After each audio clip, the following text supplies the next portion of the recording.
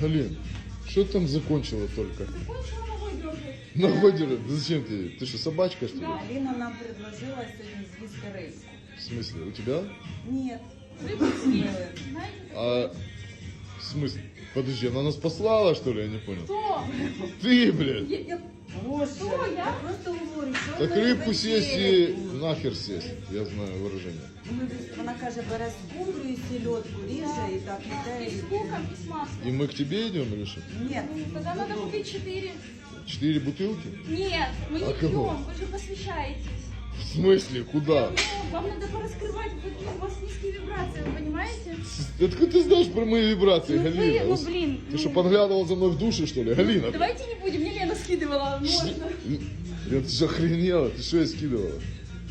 Меня в младенчестве, что ли, голенького?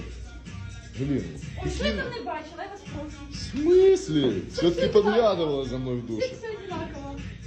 Да, Лен, ну хрена ты ей рассказала, что у всех все одинаково. Она до этого Мне не надо знала. было с кем-то поделиться этим горем в семье. Горем? Этим? Так это у меня еще и горе, Лена, да? А я думаю, что ты все время плачешь? А тебе горько.